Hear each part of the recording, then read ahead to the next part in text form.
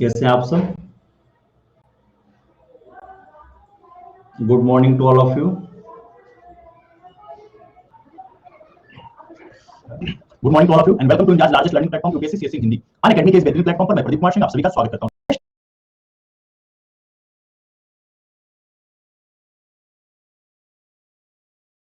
और जो सबसे बेस्ट फैकल्टी होते हैं उनसे पढ़ने का भी आपको मौका मिल जाता है। सब्सक्रिप्शन चार्ज कल से इंक्रीज हो चुका है और आगे भी इंक्रीज होता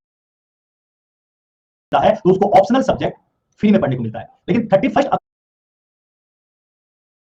हाई हो जाएगा। तो अभी भी समय है आप लोगों के पास, अपना एक बजट बनाइए और सब्सक्रिप्शन ले लीजिए। थैंक यू विनीत जी।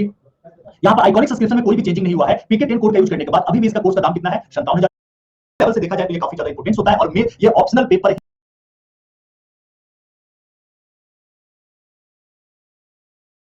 आपको चार्ज जो है यहाँ पे पढ़ाया जा रहा है, जो आपके पीसीएस के लिए भी और मेंस के लिए भी दोनों लेवल से देखा जाए तो ये काफी ज्यादा इंपोर्टेंस होता है और ये ऑप्शनल पेपर ही आपके सिलेक्शन में महत्वपूर्ण भूमिका निभाता है। ये मैं कई दफा आप लोगों के साथ चर्चा कर चुका हूं इस बारे में। गुड मॉर्निंग जी सभी को। ठीक है, तो अगर आप लोग चाहते हैं यूपीएससी में सिलेक्शन लेना, आप लोग के मन में वो जज्बा है यूपीएससी का सिलेक्शन लेने का, तो आप लोगों को ऑप्शनल अपना पूरी तरीके से कंप्लीट करना पड़ेगा, उस पर पकड़ रखना पड़ेगा। और जैसे मैं यहाँ पे ऑप्शनल सब्जेक्ट कौन सा पढ़ाता हूँ? हिस्ट्री। और मेरे द्वारा यूट्यूब पर भी हिस्ट्री ऑप्शनल के लिए जो होता है क्लासेस अपलोड कराया गया है। आप उस क्लासेस को देखकर आप कंपेरिजन कर सकते हैं कि आपके पेपर के लिए कितना बेहतरीन ढंग से आपका ऑप्शनल पेपर कंप्लीट कराया जा रहा है। ठीक है, ऑप्शनल मैं जो पढ़ा रहा हूं प्रॉपर वे में मेंस के क्वेश्चन का प्रैक्टिस कराते हुए कैसे क्वेश्चन पूछे जाते हैं और किस प्रकार से मेरे पढ़ाए जाने का जरिया है, वो सारी चीजें मैं डिस्कस करता हूं यहां पे।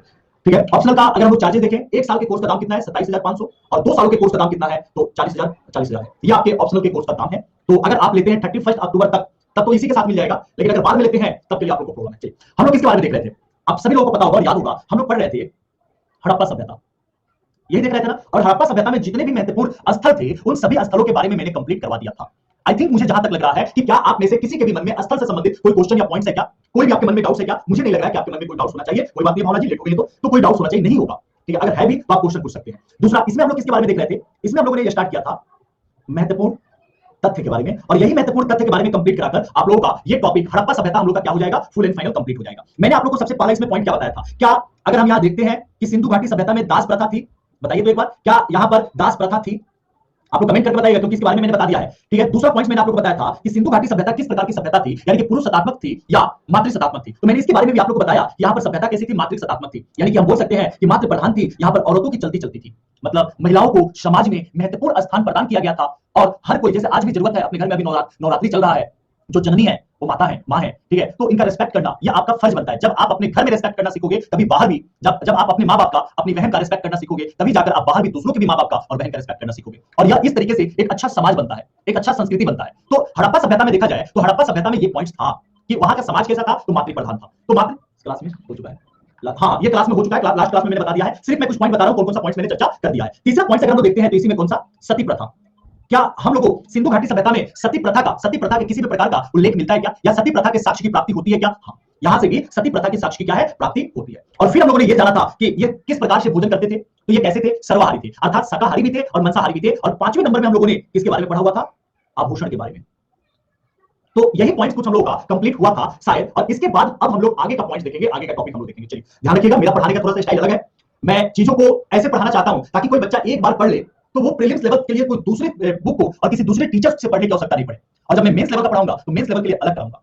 लेकिन प्राचीन में आपको मेंस लेवल का कुछ भी नहीं पढ़ना है, जितना मैं करा दे रहा हूं उतना सफिशिएंट है। इससे ज्यादा और इससे कम आपको नहीं पढ़ना है, और किताबें तो बिल्कुल भी नहीं पढ़नी है। कोई भी किताबें, मैं जो अपना नोट्स दूंगा उसको बस आप पढ़ लेना, सफिशिएंट है। मेरी बातों पर विश्वास करके चलना। अब हम लोग छठे नंबर पॉइंट्स पे आते हैं। छठे नंबर पॉइंट्स पे आते हैं कि सिंधु घाटी सभ्यता के लोगों का जीवन निर्वाह कैसा था।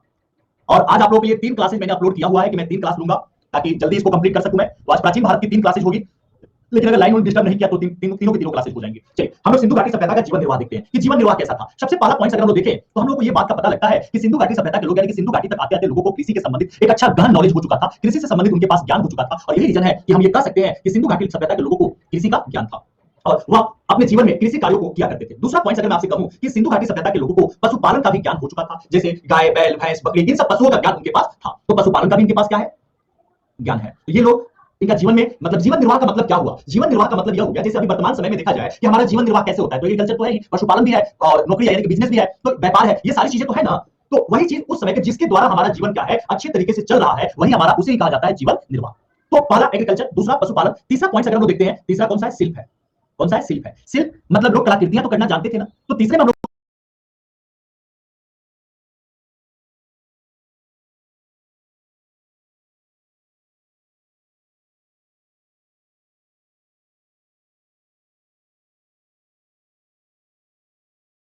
लोगों ने देखा कि शिल्प वाला है, और फिर हम लोग देखते हैं तो व्यापार, व्यापार, तो व्यापार के माध्यम से भी वो अपने जीवन निर्वाह किया करते थे।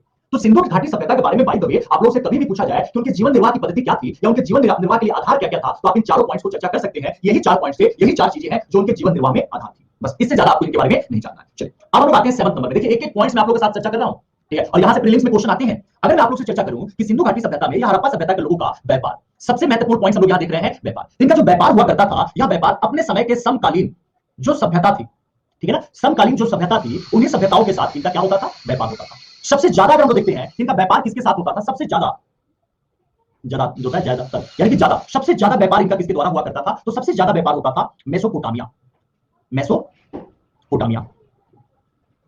तो सबसे ज्यादा जो व्यापार हुआ करता था यह व्यापार किसके साथ होता था, तो मेसोपोटामिया के साथ। और मेसोपोटामिया के एक शासक है, मेसोपोटामिया के एक शासक है जिस शासक का नाम भी हम लोग को देखने को मिलता है, यहाँ के एक शासक है और उस शासक का क्या नाम है, सारगोन। क्या नाम है, सारगोन। तो इस सारगोन का नाम हम लोग को यहाँ जो मेसोपोटामिया के शासक है सारगोन, उनके अभिलेखों को पढ़ा जा चुका है।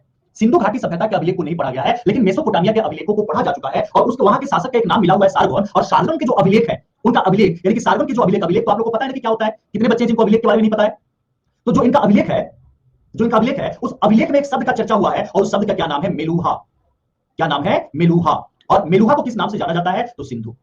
ठीक है, तो हाँ पता है, हाँ जी जी जी दासी, बिल्कुल आपने सही कहा कि वहां लोग जैसे अशोक का अभिलेख देखते हैं ना, पत्थरों पे क्या करते थे, वो अपने आदेशों को लिखवा देते थे, तो शिलालेख कहा जाता था। तो वैसे इनका क्या है, अभिलेखों की प्राप्ति हुई है और उस अभिलेख में बार बार एक शब्द का चर्चा हुआ है, मेलुहा। और मेलुहा का अर्थ लगाया गया सिंध, सिंध की तरफ से, अर्थात सिंधु घाटी सभ्यता से उसका क्या है, लगाया गया। दूसरा इनका अभिलेख में एक और चीज के बारे में चर्चा किया गया है, दिलमुन। समझिएगा, एक और शब्द आया हुआ है और उस शब्द क्या होता है, दिलमुन। दिलमुन, ये दिलमुन कौन सा है, तो वर्तमान में जो बहरीन है, जो वर्तमान में बहरीन है, इस बहरीन के साथ भी मेसोपोटामिया का क्या है, व्यापार होता था, यानी कि फारस की खाड़ी।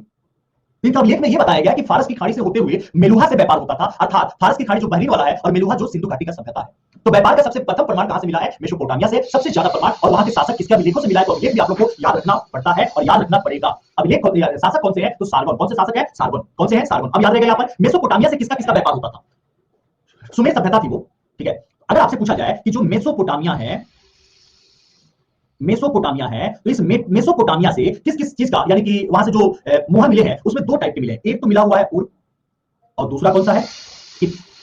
ये उर और कित दो प्रकार के मोहरों की प्राप्ति हुई है और ये दोनों की दोनों मोहरें कहां की है, तो ये दोनों की दोनों मोहरें है हड़प्पा की।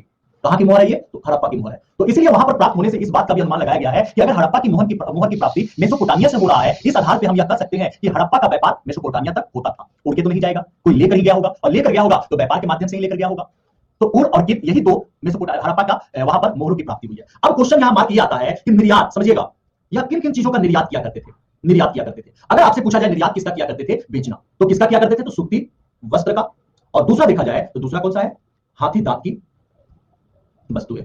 तो सूती वस्त्र और हाथी दांत की वस्तुओं का यह निर्यात किया करते थे। तो फिर क्वेश्चन मार्क यहां ये आ रहा है कि यह आयात किसका किसका किया करते थे। देखिए सीधा क्वेश्चन पूछता है कि निर्यात किसके साथ, कौन सी वस्तुओं के साथ हुआ करता था, तो सूती वस्त्र और हाथी की दांत की वस्तुओं का निर्यात किया जाता था। तो अब ये क्वेश्चन यहां बनता है कि तो आयात किसका किया जाता था। आयात में अगर आपसे क्वेश्चन पूछा जाए तो इनके द्वारा खेतरी से, खेतरी आप लोगों को पता है ना, खेतरी कहां पर, राजस्थान।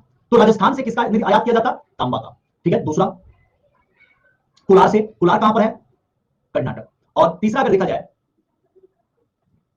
अफगानिस्तान, अफगानिस्तान से किसका किसका निर्यात किया जाता था, तो अफगानिस्तान से चांदी का, टीन का और लाजवर्द का। इन सभी का क्या किया जाता था, 10.5 में हुआ, इन सभी का क्या किया जाता, आयात किया जाता था। तो ये आयात करने वाला और ये निर्यात करने वाला, ठीक है। और ये व्यापार प्रणाली का हुआ, कहां से सबसे ज्यादा व्यापार किया जाता था, इतना बस आप जानिए, आपके प्रीलिम्स के लिए काफी है। फिर हम लोग आते हैं कि हड़प्पा सभ्यता के लोगों को किस किस प्रकार की फसलों का ज्ञान था, कौन कौन से फसलों का उनके पास ज्ञान था। तो हड़प्पा के लोगों को, हड़प्पा के नेक्स्ट 2 क्लास की टाइमिंग क्या होगी, यहीं पर देखिए नोटिफिकेशन में मिल जाएगा आप लोगों को, 12:30 में है और 5 बजे है 2। तो हड़प्पा के तांबे का ही होता था, पियादास जी, लोगों को, हड़प्पा के लोगों को कुल 9 फसलों की जानकारी थी।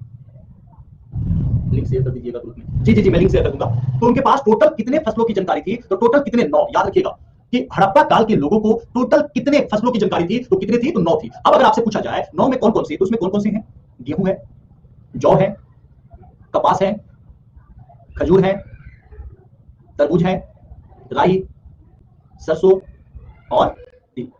इन सभी, मास्टर जी हड़प्पा के लोग दूसरे दशहरा मनाते थे क्या, ये जानकारी नहीं प्राप्त हुआ है। तो ये सभी फसलों का ज्ञान हड़प्पा काल के लोगों को था। अब जैसे एग्जांपल हम लोगों को पता है, हम लोगों ने पढ़ा हुआ है कि अगर हम लोग लोथल देखते हैं तो लोथल से किसका प्रमाण प्राप्त हुआ है, चावल का। अगर हम लोग रंगपुर देखते हैं, अगर हम लोग रंगपुर देखते हैं तो रंगपुर से किसकी प्राप्ति हुआ है? धान की भूसी।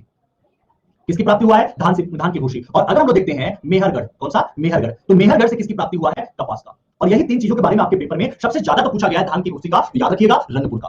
ठीक है, राई और सरसों एक ही है क्या? अलग अलग है थोड़ा सा, राई अलग होता है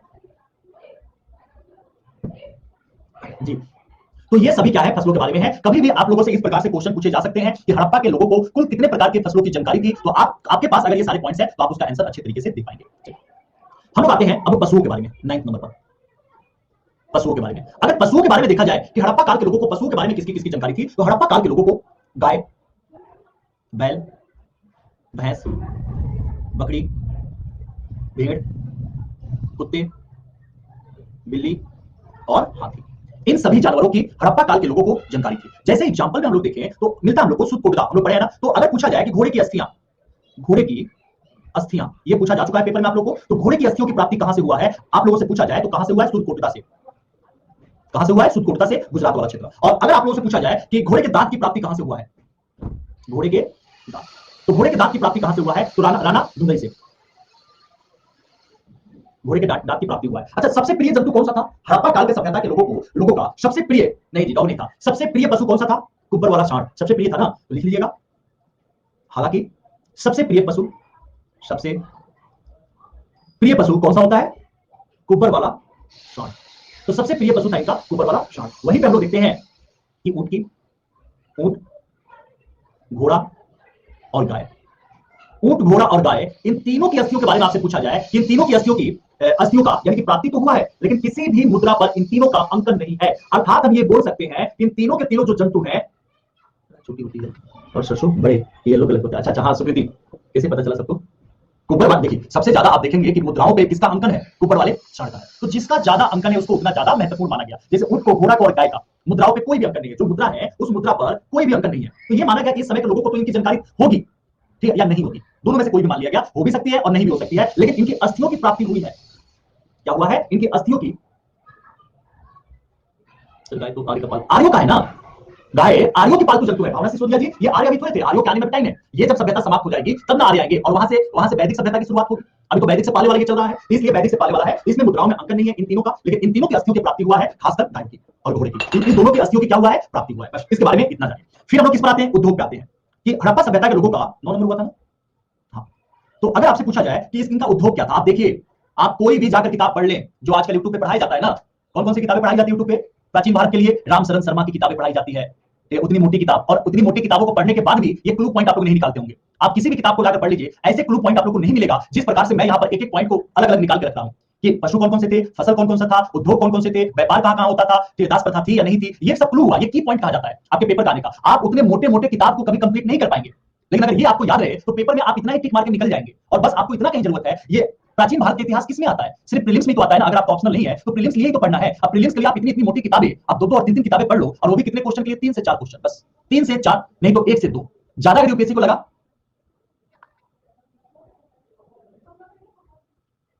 सर हिस्ट्री ऑप्शनल आपको पढ़ना पड़ेगा, डेप्थ में जाकर आपको पढ़ना पड़ेगा।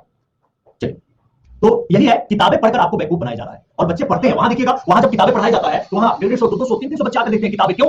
क्योंकि उनको किताबों का लाइन बाय लाइन पढ़ के बता दिया जाता है कि क्या कह रहा है, ठीक है, और बच्चे को अच्छा लग जाता है। और यहाँ दिमाग लगाना पड़ेगा, लिखना पड़ेगा, नोट्स बनाना पड़ेगा, तो थोड़ा बहुत आप लोगों को प्रॉब्लम होता है। चलिए, उद्योग को देखा जाए तो इस समय सबसे ज्यादा उद्योग कौन सा चल रहा था?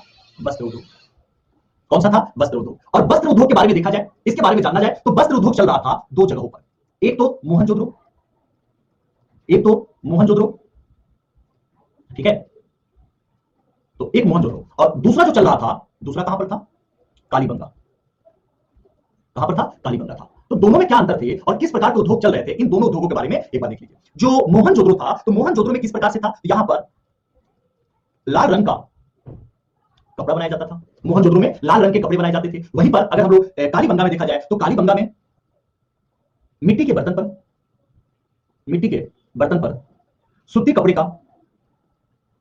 की छाप डाली जाती थी, ठीक है। तो मिट्टी के बर्तन पर सूती कपड़ों का छाप कहां पर डाला जाता था? कालीबंगा में। और मोहनजोदड़ो में लाल रंग के कपड़ों का ज्यादा मात्रा में निर्माण होता था। आप इसको ऐसे भी बोल सकते हैं कि मोहनजोदड़ो में कपड़ों का निर्माण किया जाता था, और कपड़ों का जो सूती वस्त्र है उसकी मिट्टी के बर्तन पर छाप कहां पर डाला जाता था? कालीबंगा में। कहां पर किया जाता था? कालीबंगा में। अब नेक्स्ट पॉइंट आते हैं मोहनजोदड़ो का, 11 नंबर में आते हैं। देखिए कुछ है 15 के करीब में है, उसके बाद महत्वपूर्ण पॉइंट्स आप लोग का कंप्लीट हो जाएगा, तो फिर हम लोग पतन देखकर सिंधु घाटी सभ्यता को कंप्लीट कर देंगे। सेकंड में आते हैं मोहनजोदड़ो।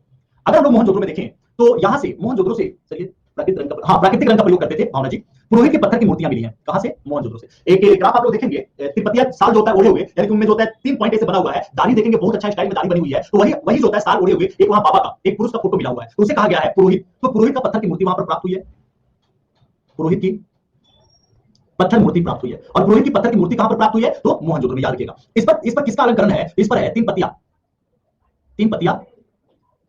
अलंकरण है। तीन पतिया का मतलब क्या होता है? तो जैसे आपने साल ओढ़ा हुआ है, ओढ़ने के बाद वहां पर 3 लेयर बना हुआ है, तो वही कहा गया 3 पतिया अर्थात 3 लेयर वाला अलंकरण उस पर किया गया है। और ये साल भी, ये सॉल जो होता ओढ़े हुए हैं, ये क्या किए हैं?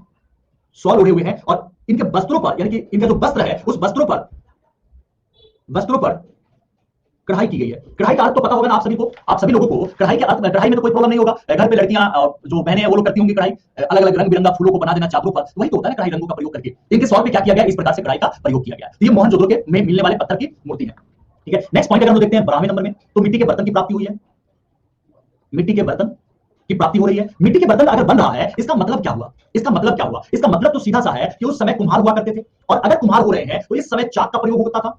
चाक का प्रयोग आप कभी देखे कि नहीं देखे? बाय द वे मैंने तो देखा हुआ है, एक चक्री टाइप का होता है, उसमें डंडा लगाकर ऐसे ऐसे घुमा देते हैं वो, और मिट्टी को रख के उसका शेप बना देते हैं।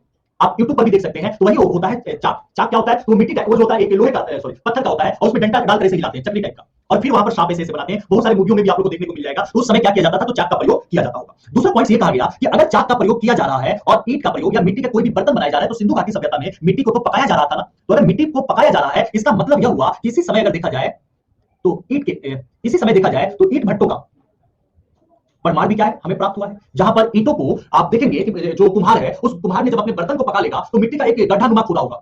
उस गड्ढे नुमा में सभी के सभी बर्तन को बना, पहले वो धूप में सुखाएगा 2 दिन, और धूप में सुखाने के बाद उस गड्ढे में रख देगा, और फिर उसमें राख डालेगा और उसमें अलाव होता जला देगा। वो 2 दिन मिट्टी का छाप भी चारों तरफ से देता है, वो 2 दिन 3 दिन वैसे जलेगा और फिर उसको छोड़ देता है सूखने के लिए, और निकालने के बाद वो पके हुए आपके बर्तन हो गए होते हैं। तो आपको देखिए कितना मेहनत करता है वो। और दीपावली में खासकर इस बार जो दिवाली आ रही है, तो आप सभी से रिक्वेस्ट होगा कि अपने गांव में या शहरों में कहीं पर भी जाए ना, और अगर वो बर्तन वाला बेच रहा है 50 रुपए 20 रुपए 30 रुपए का, उसके पास से जरूर ले लें, क्योंकि वो बहुत मेहनत और उम्मीद करके बनाता है, और उसका उद्योग वही है दीपावली। ठीक है, उसी सीजन में वो बेच पाता है ज्यादा, उसका परिवार उसी से चलता है, कोई बड़ा बिजनेसमैन वो नहीं है। तो आकृति कैसी भी बनी हो, अगर आप उसको 50 रुपए देकर कुछ ही दिए लेकर आते हैं, तो आप बचपन का वो खेल शायद भूल गए होंगे अभी, कि जैसे ही दीपावली खत्म होता था हम लोग करते क्या थे, आजकल के बच्चे वो नहीं करते हैं, लेकिन मैंने खुद भी किया हुआ है बचपन में, कि दीपावली खत्म हो जाने के बाद वो मिट्टी के दिए जो होते थे उसको हम लोग इकट्ठा करते थे। उसमें हाथियां लगाई होती थी, हाथी भी बनाया जाता था, और बड़े बड़े जो दिए होते थे उस बड़े बड़े दिए से हम लोग तराजू बनाते थे, और उसको बाट के रूप में हम लोग तौल कर हम लोग खेला करते थे। आजकल के बच्चे वो सारी चीजें भूल गए हैं, और अब वो नया नया चीजें लेकर आ रहे हैं जिसका कोई इंपोर्टेंस नहीं है। झाड़ू लेकर आ जाते हैं, घर को सजा देते हैं। खूबसूरती जो दिए से झलकती है ना, और जो मिट्टी के आप एक किरासन तेल से अगर दिए को जलाते हैं तो वातावरण भी शुद्ध होता है, तो उसके लिए वो मनाया जाता है। आप लोगों ने किया है ना?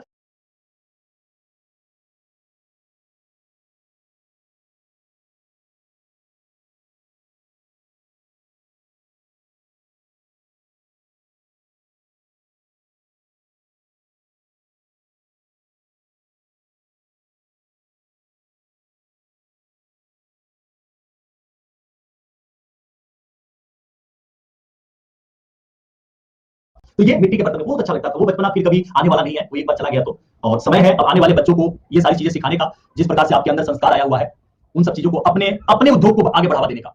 जब आप बढ़ावा देंगे तभी समाज में समानता आएगा, और जब समानता आएगा तभी देश आगे बढ़ पाएगा। मैं अपने हर एक क्लास में बोलता हूँ, जी पोल्यूशन भी नहीं होता है, मैं अपने हर एक क्लास में बोलता हूँ कि इस बार दीपावली आ रहा है, इस बार जरूर आप लोग अपने गांव के उस कुम्हार के लिए, जो ये कुम्हार है बेचारे पूरे दिन लगे रहते हैं, इन कुम्हारों के लिए कम से कम 50 रुपए जरूर बचा के रखना और इनको देना, बहुत खुशी मिलेगा। चलिए, तो ये हुआ मिट्टी के बर्तन का। फिर हम लोग कहाँ आते हैं? मापन के लिए।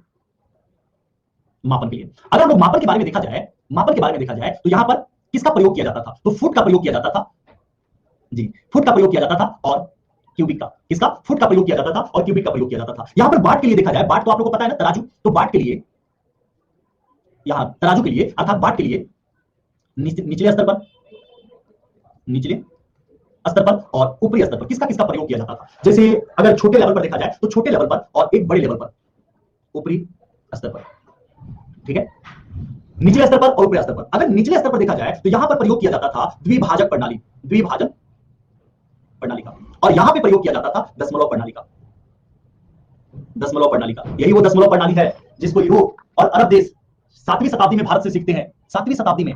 और भारत को आप देखिए, यही वो दशमलव प्रणाली है जो प्राचीन काल में सिंधु घाटी सभ्यता में प्रयोग किया जा रहा है। हमारे देश की ये विडंबना है कि लोगों ने इतिहास नहीं लिखा, लोग आगे नहीं बढ़े, और यही रीजन है कि हर चीज में यूरोप वाले अपने नाम का समावेश कर दिए। हम लोग पढ़े हैं ना, सबसे पहले जो परमाणु मॉडल था, इस परमाणु मॉडल को देने वाले हमारे ऋषि मुनि रहे, कनाद मुनि। लेकिन हम लोग थॉमसन को पढ़ते हैं क्यों? उन लोगों के द्वारा इतिहास लिखा गया, किताबें लिखी गई, तो अपने नाम को दे दिया गया। ठीक है, बहुत सारी चीजें जो हमारी जो सभ्यता, हमारी जो संस्कृति है प्राचीनतम समय से, उससे हम लोगों ने प्राप्त किया है।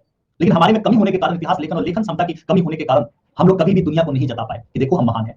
और आज वही लोग अपने मतलब हमारे ऊपर ये बताते हैं कि देखो हमने ये किया है, और हम लोग अभी भी चुप रहते हैं। चलिए, हार्ट सर्जरी, जी बिल्कुल सुदर्शन जी ने बहुत सारी चीजें आप लोग जब संस्कृत वाली ख्यातियों को पढ़ेंगे तो पता लग जाएगा। चलिए, अब हम लोग आते हैं 40 नंबर में देखा जाए तो हथियार, किसके बारे में? हथियार के लिए। तो सिंधु घाटी सभ्यता के लोग हथियारों के लिए किसका किसका प्रयोग किया करते थे? एक लंबी लिस्ट है, कौन कौन सा? कुल्हाड़ी, कुल्हाड़ी तो सबको पता है ना, कुल्हाड़ी का। आरा, अब बिहार में जिला का नाम भी है आरा, तो वो वाला आरा नहीं, लेकिन आरा जो पेड़ पौधों को या हम ये कह सकते हैं आरी, आरी उसी का रूप है दोनों, लेकिन दोनों अलग अलग प्रयोग किया जाता है। ठीक है, कितने बच्चे हैं जिनको पता है खुरपा और जिसको नहीं पता है खुरपा? ठीक है, कितने बच्चे हैं जिसको खुरपा या खुरपी के बारे में नहीं पता है? पता है ना? छुरी, तो छुरी के बारे में भी लोगों को पता हो चुका था। बर्छा, इन सभी चीजों का सिंधु घाटी सभ्यता के लोग हथियार के रूप में प्रयोग किया करते थे। ठीक है, तो ये सभी की सभी चीजें आप लोगों को पता लग गया कि इसका इसका क्या किया जाता था, प्रयोग किया जाता था हथियार के रूप में। अब हम लोग देखते हैं 15वें नंबर पे मूर्तियां, किसके बारे में? मूर्तियों का। अगर हम लोग मूर्तियों के बारे में, बर्छा नहीं समझे आप अभिषेक जी? अरे भैया अभिषेक, बर्छा, बर्छा नहीं समझे हो? कितने बच्चे नहीं समझे बर्छा? भाला टाइप का। ठीक है, अच्छा छुरी आप रख के सोती हो डरपोक को? क्या भूत प्रेतों से डर लगने वाले बच्चे जो होते हैं अपने साथ चाकू रख के सोते हैं। यहाँ देखिए बच्चा होता है जिसका आप देखेंगे भाला टाइप का ही रहेगा, लेकिन उसका आगे आगे तिरछा तिरछा करके 3-4 ऐसे जो निकले रहेंगे, सांपों को मारने के लिए प्रयोग किया जाता है। बर्छा मार दिया जाता है, बीच में वो फंस जाते हैं, तो ये बर्छा होता है। ठीक है, जैसे लठ टाइप का ही रहेगा, यहाँ पर लगा हुआ है लेकिन यहाँ पर अलग अलग ऐसे निकला हुआ रहेगा, तो यही कौन सा प्रयोग है? बर्छा का होगा। ठीक है, चलिए अब अगर आपसे पूछा जा रहा हो कि मूर्तियां, मूर्तियां यहाँ पर अलग अलग मूर्तियां बनाई जाती थी, जैसे धातु की भी मूर्ति बनी हुई है, मिट्टी की भी मूर्ति बनने का प्रमाण मिला हुआ है। यहाँ पर मिट्टी की भी मूर्ति बनी हुई है, और यही देखा जाए तो पत्थर की भी मूर्ति बनी हुई है। तो सिंधु घाटी सभ्यता के लोगों के द्वारा या सिंधु घाटी सभ्यता के लोग तीनों प्रकार की मूर्तियों को बनाने का प्रयोग किया करते थे। धातु की भी मूर्ति का प्रयोग करते थे, मिट्टी की भी मूर्ति का बनाते थे, और पत्थर की भी मूर्ति को बनाते थे। तो हम यह नहीं कह सकते हैं कि सिंधु घाटी सभ्यता के लोग सिर्फ और सिर्फ एक प्रकार की मिट्टी का प्रयोग करते थे, नहीं, धातु, मिट्टी और पत्थर इन तीनों प्रकार का प्रयोग किया करते थे। जैसे अगर हम लोग धातु के बारे में करते हैं, तो जो धातु की मूर्तियों का प्रयोग करते थे, तो उसके लिए प्रयोग करते थे लुप्त मोम विधि।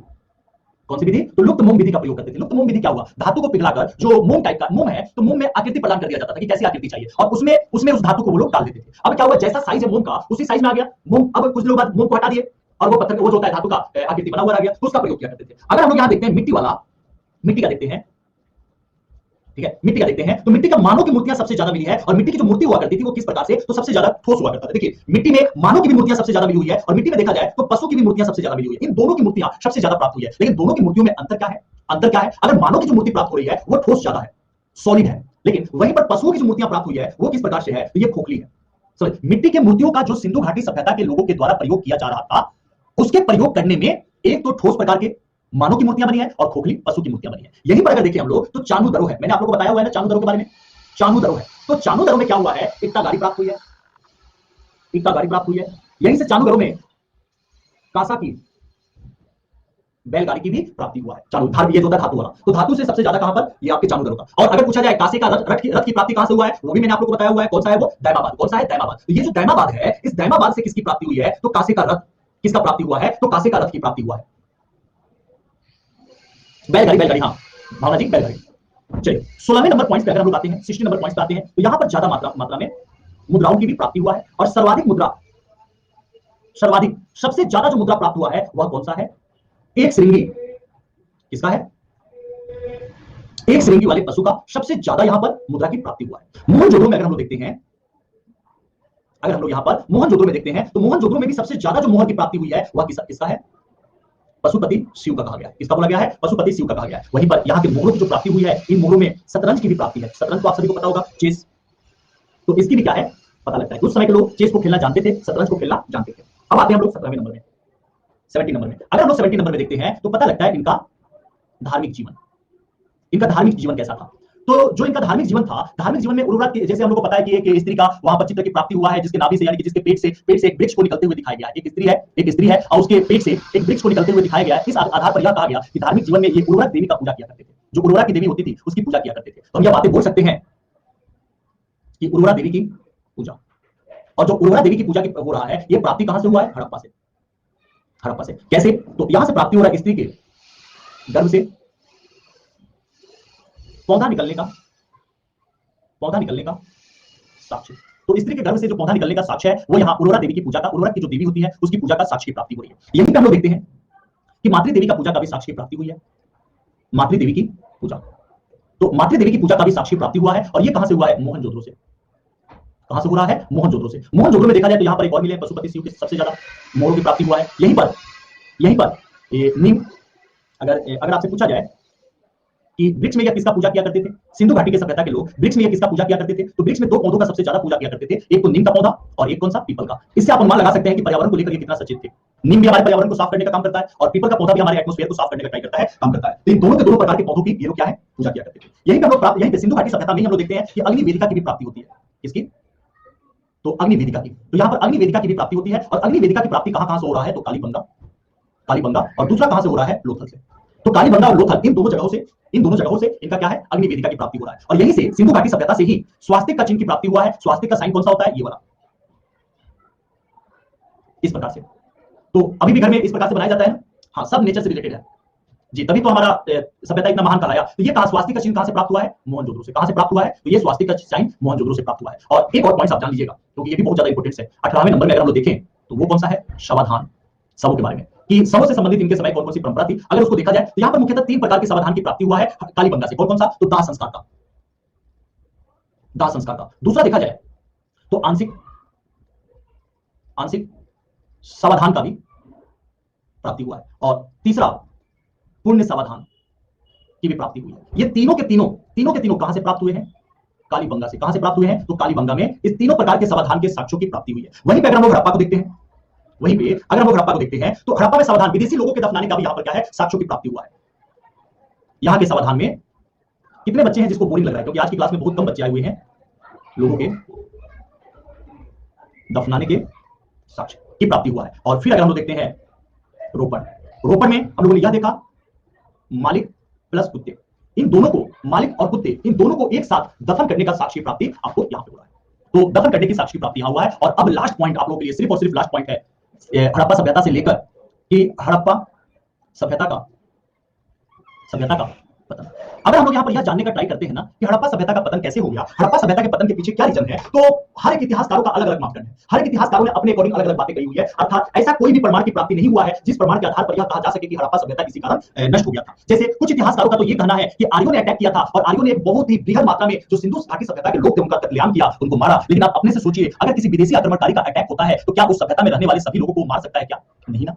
क्या वो सभी लोगों को मार सकता है? क्या? तो आप क्या कहेंगे? नहीं, सभी लोगों को मार पाने में असक्षम होगा। कुछ लोगों को मारा होगा, जो उच्च वर्ग वाले होंगे उनको मार दिया होगा, लेकिन क्या निम्न वर्ग वालों को मारा जाएगा? क्या नहीं ना। तो जिस इतिहास के द्वारा आर्यों के आक्रमण का तथ्य दिया गया है वो पूरी तरीके से तो सही नहीं है। दूसरा, जलवायु परिवर्तन के बारे में कहा जा रहा है, तो ऐसा एक ही दो जगह से प्रमाण मिला है जहां पर ज्यादा मात्रा में नरकंकाल मिले हैं। अगर जलवायु परिवर्तन के कारण ऐसा हो रहा है तो हर एक जगह जो व्यक्ति रह रहा था वहीं पर उसकी मृत्यु हो जानी चाहिए। जी हाँ। तो कुछ लोग जो है प्राकृतिक विक्षोभ को मानते हैं कारण, कुछ लोगों के द्वारा यह कहा जाता है कि बाढ़ आ जाने के कारण उनकी क्या हो गई थी? समाप्ति हो गई थी। और कुछ लोग कहते हैं भूकंप के कारण हुआ था। तो जितने भी इतिहासकार हैं उन सभी इतिहासकारों के अकॉर्डिंग अलग अलग बातें कही गई है, और हम लोग क्या करते हैं? उन सभी इतिहासकारों की बातों को रख के पढ़ लेते हैं, बस यही हम लोग काम करते हैं। हाँ, मूवी में भी वही दिखाया गया था। चलिए हम लोग सबसे पहले देखते हैं आर्यों का आक्रमण।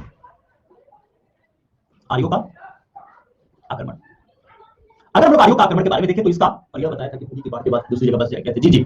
तो इसमें यह रहा, वो तो मूवी है, कुछ भी दिखा सकता है, और आजकल तो सबसे ज्यादा मूवी पे ही कंट्रोवर्सी चल रहा है। तो मोहनजोदड़ो में ही सबसे ज्यादा नरकंकाल एक साथ मिलते हैं, और कितना? 38 नरकंकालों की प्राप्ति हुआ। तो इस आधार पर दो इतिहासकार हैं जिनका नाम क्या है? मार्टिमर वहीलन। एक का नाम है मार्टिमर वहीलन, और दूसरे का अगर नाम देखा जाए तो दूसरे का नाम है गार्डिन चाइल्ड। तो मार्टिमर वहीलन और गार्डिन चाइल्ड, इन दोनों ने आर्यों के आक्रमण को तथ्य बताया है, और इन्हीं लोगों के द्वारा कहा गया है, इनके द्वारा ही विदेशी लोगों ने विदेशी बात कही है।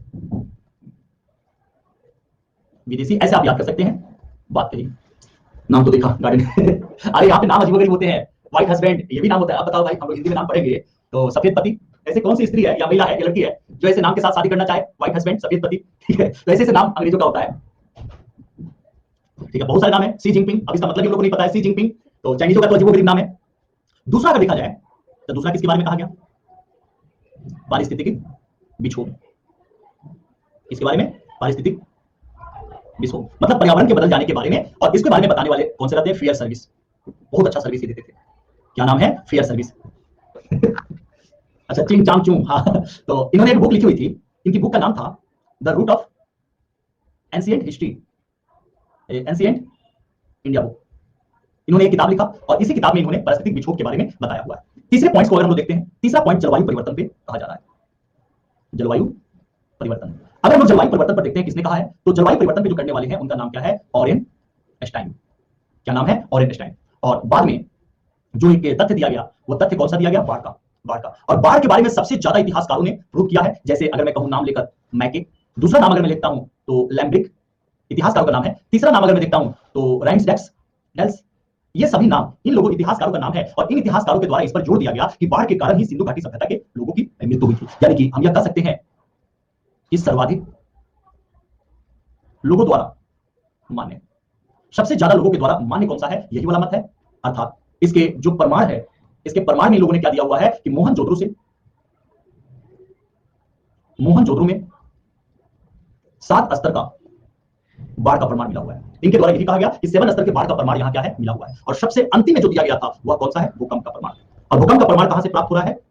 कालीबंगा से। बस आप लोगों को इसमें करना क्या है, कभी भी पूछा जाए कि हड़प्पा के पतन का, सभ्यता के पतन के क्या कारण है, तो आपको इन सभी कारणों पर विवेचना देना होगा और बताना होगा। आर्यों का आक्रमण मोहनजोदड़ो से आप बता सकते हैं 38 नरकंकालों की प्राप्ति होने के कारण आर्यों का आक्रमण माना गया। दूसरा, पारिस्थितिक विक्षोभ के बारे में फेयर सर्विस ने बताया था। जलवायु परिवर्तन को लेकर ऑरेन एस्टाइन ने बताया था। और बाढ़ को लेकर मैके और राइम्सडेल्स जो था डेल्स, इनका नाम अगर आपको पता हो तो ये बताए थे। और भूकंप कालीबंगा वाले स्थल से प्राप्त। तो इस प्रकार से सभी का नाम अगर आप याद करके एक बार लिख देंगे तो आपका आंसर काफी अच्छा हो जाएगा। और इसी के साथ हम लोगों का जो हड़प्पा सभ्यता है, यह हड़प्पा सभ्यता फाइनली क्या हो गया? समाप्त हो गया।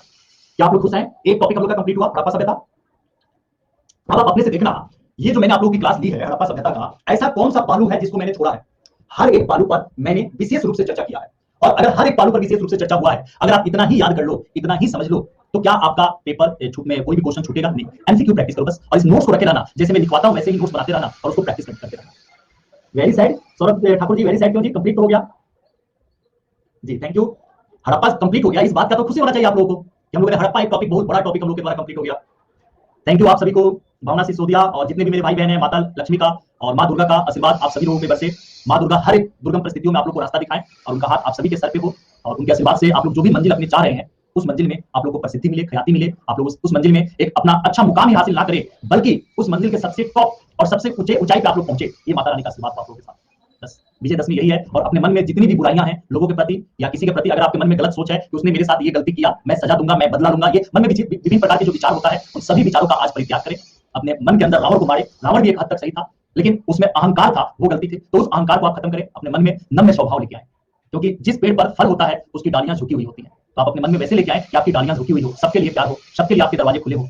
70-80 साल के जीवन में आप कुछ नहीं कर पाएंगे, उसमें से भी 20-22 साल आप लोगों का चला गया होगा। ठीक है, थैंक यू सो मच आप लोगों को क्लास देखने के लिए। अगर सब्सक्रिप्शन लेना है, आप सभी को सब्सक्रिप्शन लेने के बारे में सोच रहे हैं तो पीके